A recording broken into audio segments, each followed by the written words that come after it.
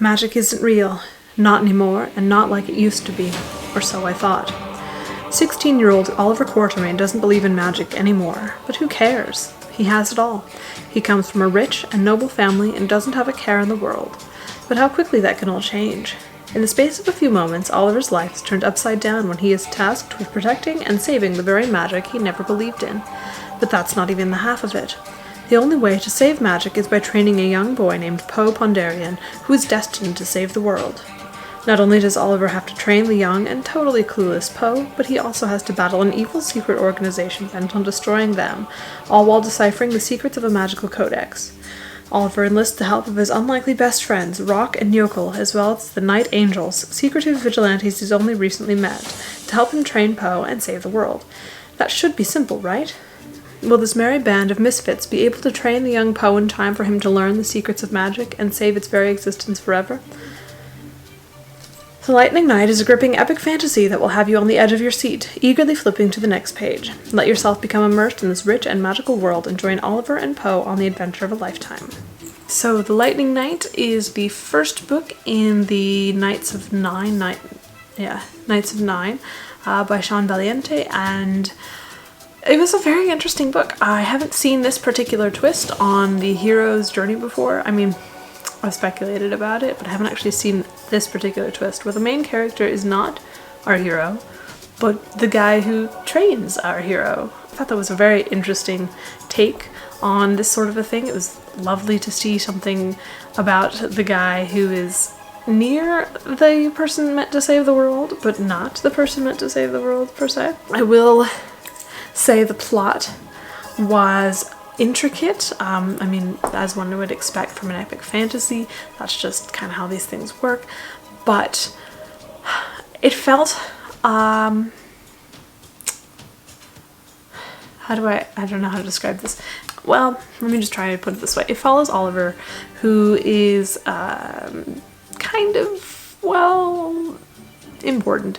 He's got wealth and nobility, and he can fight, and he really doesn't have all that much to worry about ever, until he gets tasked with trying to save magic. And he must do this through various different means. He has to fight in tournaments, he has to help his friends fight in tournaments so that they can win and claim prizes from other people who are involved in this whole magical business, and they've got to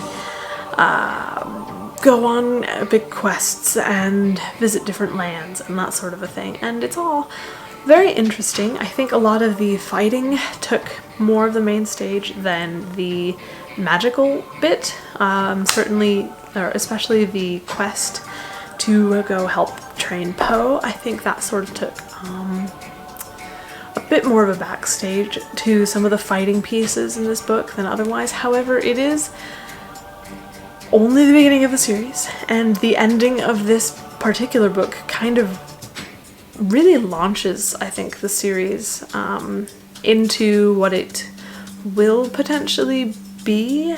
I think the ending was the most significant part of the book.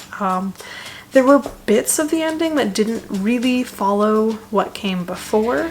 The situation with Iris and Rock, that kind of didn't work. And the bit with Ridhan, who I think I was pronouncing his name wrong, but his reasoning for doing things and the people he's trying to be involved with, that didn't really make sense. Kind of came out of nowhere. But those were fairly minor situations. Closer to the end of the book. Up until that point, I think everything worked out pretty well. The details kind of built on one another, as you would expect in epic fantasy, becoming small little things that grow into rather, epic situations. So yeah, that was very interesting. As far as characters go, I liked Oliver. He was kind of a terrible person at the beginning of the book. Okay, no, not a terrible person, just a super arrogant one. He was nice, he was good to his friends, and he was generally doing things for the right reasons, but he was also like super arrogant. And I think the journey throughout the book did him very well. He definitely was a more likable character closer to the end than he was at the beginning of the book, but again, with those events I mentioned before, some of the reactions were a bit forced at the very, very end of the novel. However, I still think that ending really kind of launches the book into the epic situation that this series is going to be, and I like it. Yeah, so overall I think this was a good book. It was entertaining. It was definitely involved and detailed, and there are things that you need to pay attention to, but it was an entertaining jaunt.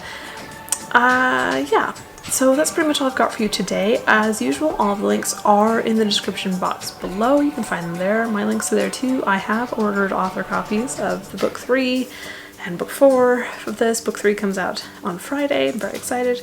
My links will be in the description. You can find it there. I'm trying to get the author copies so that I can show them off, but so far just books 1 and 2 are here. Oh darn. Anyways, that's all I've got for you today.